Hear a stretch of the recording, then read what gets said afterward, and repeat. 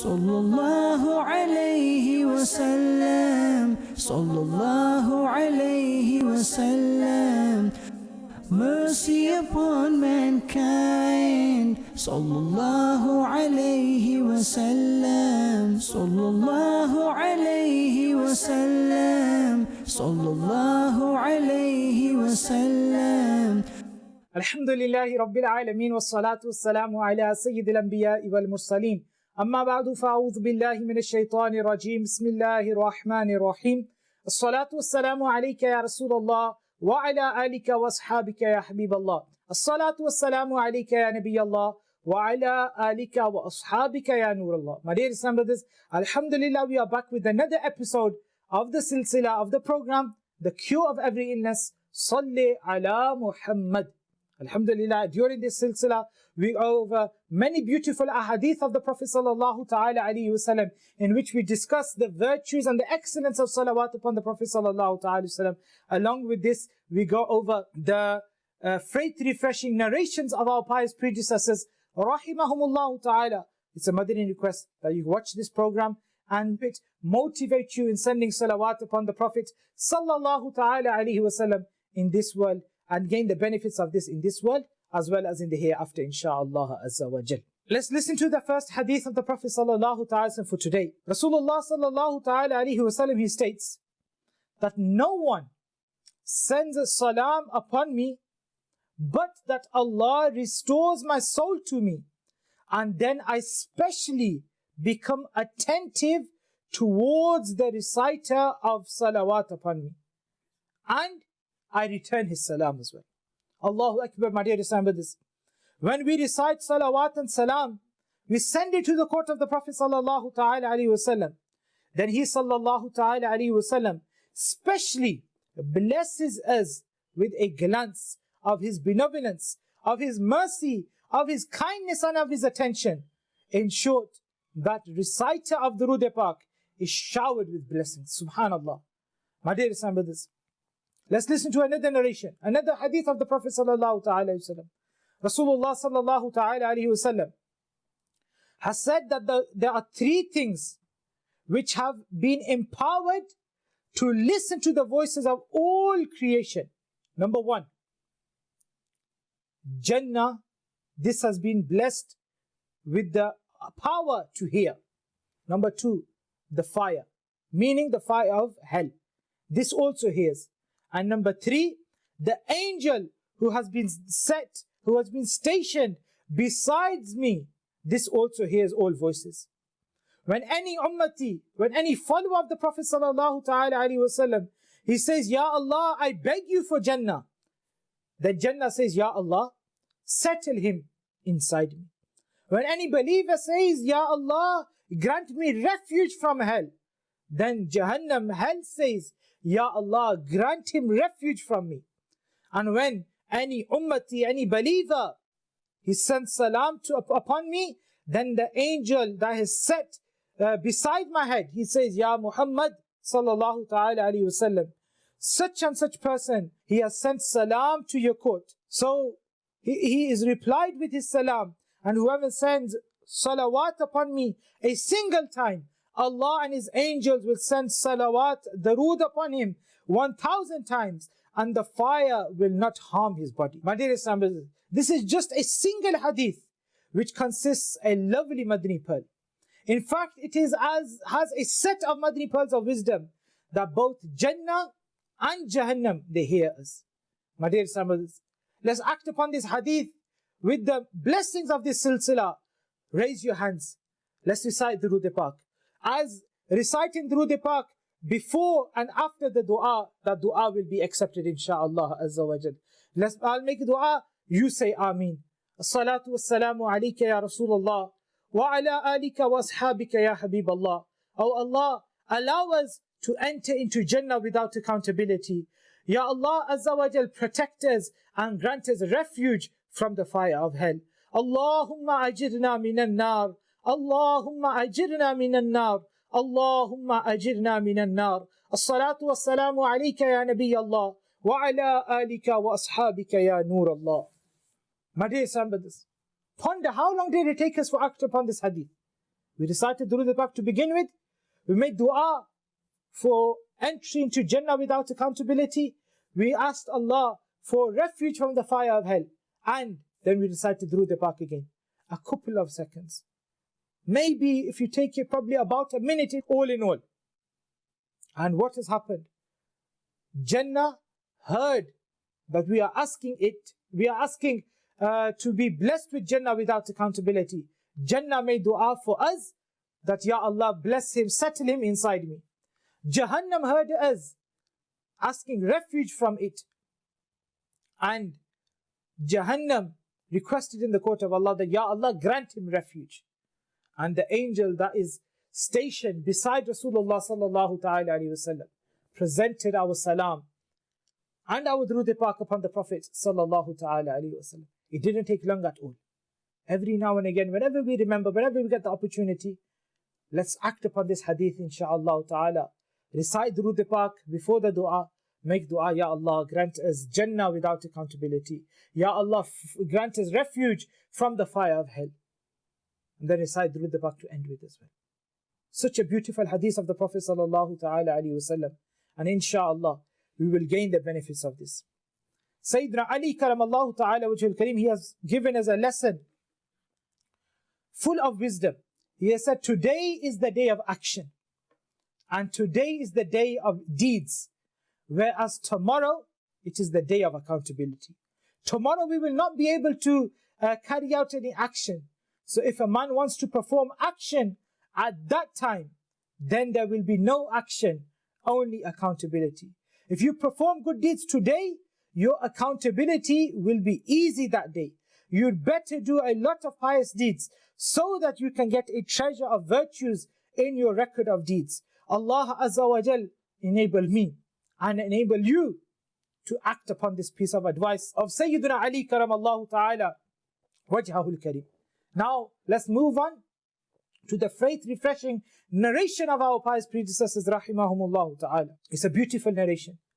When you listen to it, insha'Allah Azza wa Jal, you will find the benefits and the blessings of Rasulullah sallallahu ta'ala wasallam upon these individuals, these pious people that would abundantly send salawat upon the Prophet sallallahu ta'ala alayhi wasallam. It is mentioned, Abu Abdullah al-Rassa rahmatullahi ta'ala alayhi, he has written in his book Tawfa that there lived a poor man in the area of Baghdad. He was married and he had children. He was a very pious worshipper and he possessed the attribute, the very beautiful attribute of absolutely remarkable patience. His sabr, his patience was remarkable. One night when he woke up for salah, he saw that his children were crying. He asked the mother of these children, so what's the matter? Why are the children crying? And he came to know that all of them were crying due to hunger. They had not eaten anything that night, due to which they had hunger and they were starving, and this is the reason for them crying. Now that worshipper, what did he do? Think what we would do if this would be the situation. If we don't have something, any food for one, rather never mind food, if we don't have the luxurious food that we want, according to our desires, we don't get something, we start causing a tantrum. We start complaining. We say, oh Lord, not only do I perform my 5 daily salah, but I also offer nafal salah as well. Yet, my children are hungry, ma'adallah. No, my dearest brothers, this was not the way of the pious predecessors, rahimahumullah ta'ala. It is said, Zabaan pe shikwa ranjo alam laya nahi karte, Nabi ke naam lewa gham se ghabraya nahi karte. Meanwhile, my dearest brothers, the pious man, he gathered his family. He told them to all come closer. And in this gathering them, they sat together and he said, let's all of us recite salawat and salam, Durood Pak upon the Prophet sallallahu alaihi wasallam. So all of them, in this situation of worry, of difficulty, they began reciting Durood Pak upon the Prophet sallallahu alaihi wasallam. That halaqa, that circle of Durood Pak began. In this, the children, whilst reciting Durud Pak, they forgot about the hunger and the starvation, and they fell asleep. Then after a short while, the pious man, he also fell asleep. But with the closing of his eyes, his destiny opened up. And he was blessed to behold the Prophet ﷺ in his dream. The Prophet ﷺ in his dream, he said that go and visit the house of such and such individual. And that individual, he was a fire worshipper. He was not a Muslim. And give him salam. So the Prophet ﷺ is saying, go to the fire worshipper, give him salam, and tell him that his dua has been accepted. And give him the message that the Prophet ﷺ has told him to aid you out of his wealth. The pious person, he woke up and he was very, very happy, obviously, that he was blessed with the vision of the Prophet ﷺ in his dream. But after pondering upon the dream, he thought that Sayyidina Rasulullah ﷺ in this dream is ordering me to go and visit a fire worshipper, a non-Muslim, and he's giving that salam as well. Maybe I didn't understand the dream properly. Maybe something is wrong. So he says, I went back to sleep. When I went back to sleep, I had the same dream again. The Prophet ﷺ said the same thing again. So this time I woke up. When I woke up, first I offered my salah. After offering salah, I went in search for that house. When I went to search for that house, I found the house and I realized that this fire worshipper that the Prophet ﷺ has sent me towards, he is very, very wealthy. And along with his being wealthy, he was very famous in the city as well. And that pious man, he says that I asked about where this fire worshipper is, and I was guided, and I presented myself, and I went to the fire worshipper. When I went to the fire worshipper, I told him that our Prophet ﷺ, he has come in my dream last night and he has given you salam. The fire worshipper, he turned around and he said, I don't know your Messenger ﷺ. I don't accept him. I haven't taken belief upon him. What are you talking about? That pious man, he said, I know that you have not accepted Iman upon him. But the Prophet ﷺ, he came into my dream twice and he mentioned your name twice. And he told me to convey his salam towards you as well. And yes, he told me something else as well. And he told me that the dua that you made, this has been accepted. The fire worshipper, he said, really? And he said, the Prophet ﷺ sent you a message that you are to help me from your wealth as well, because I am facing difficulty. The fire worshipper took him up towards his room. As soon as he reached the roof of the house, he asked him to extend his hand. When the pious man extended his hand, that individual, he placed his hand on his hand and he uttered the Shahada and became a Muslim. Subhanallah. Subhanallah. My dear son, he recited the Shahada. Ashhadu an la ilaha illallah wa ashhadu anna Muhammadan abduhu wa rasuluh.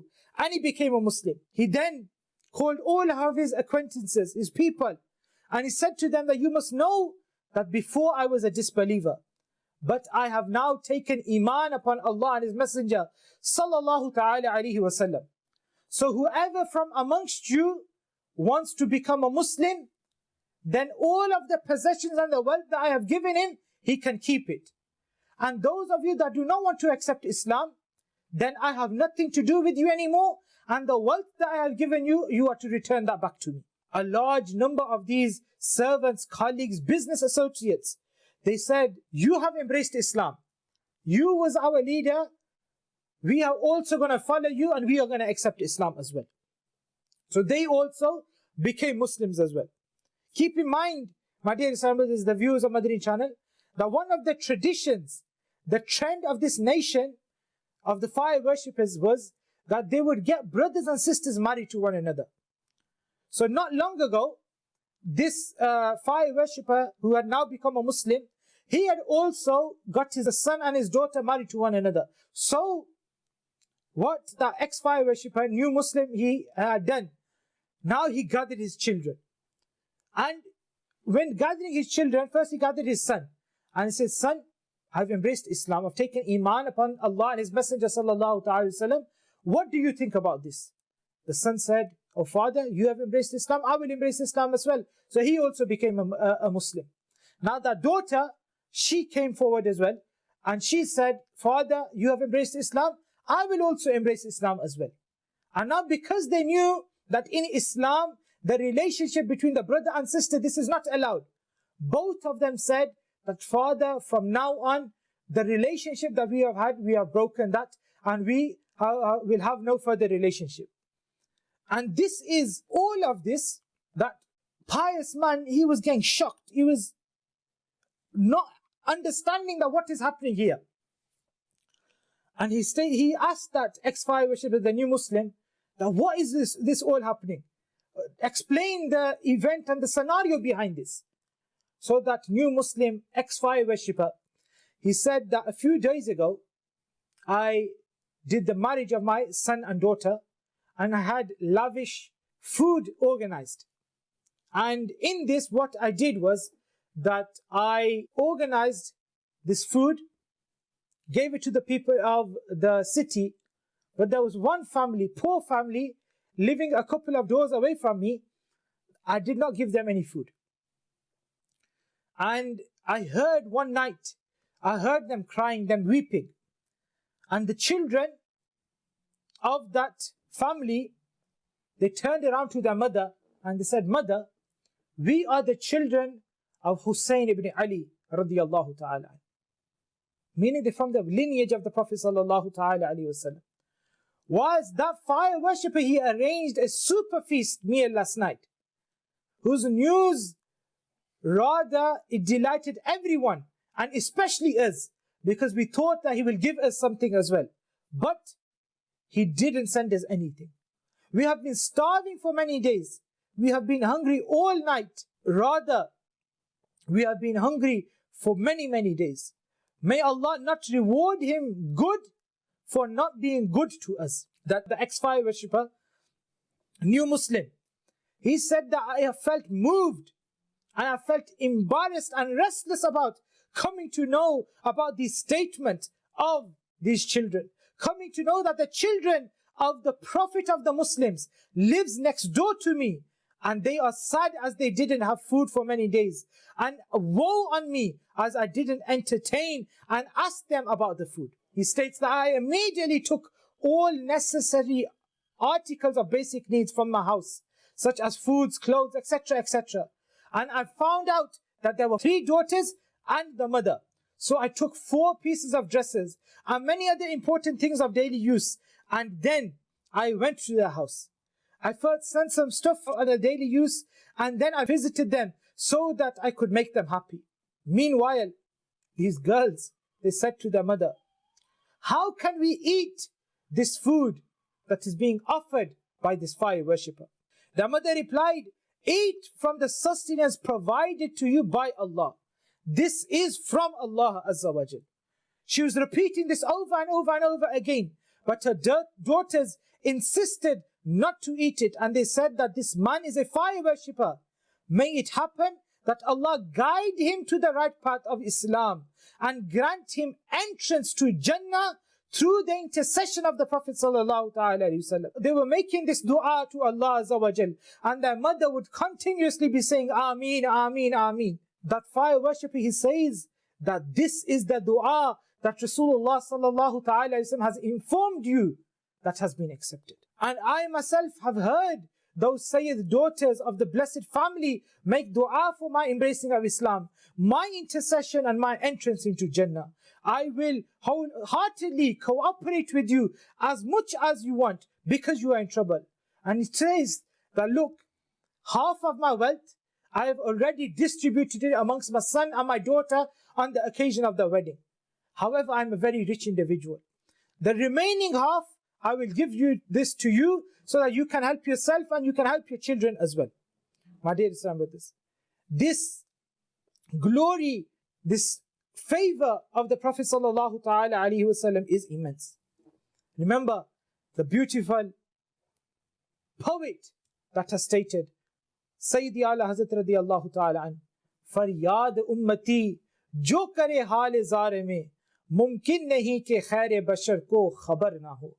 Whatever you say from the depths of your heart, the Prophet sallallahu ta'ala is aware. That pious man, he was calling out to the Prophet sallallahu ta'ala after looking, had that circle of Durood Pak, and look at the blessing that was given to him, and look at the event that took place with that fire worshipper.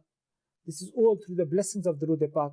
This is all through helping the family of the Prophet sallallahu ta'ala alayhi wasallam.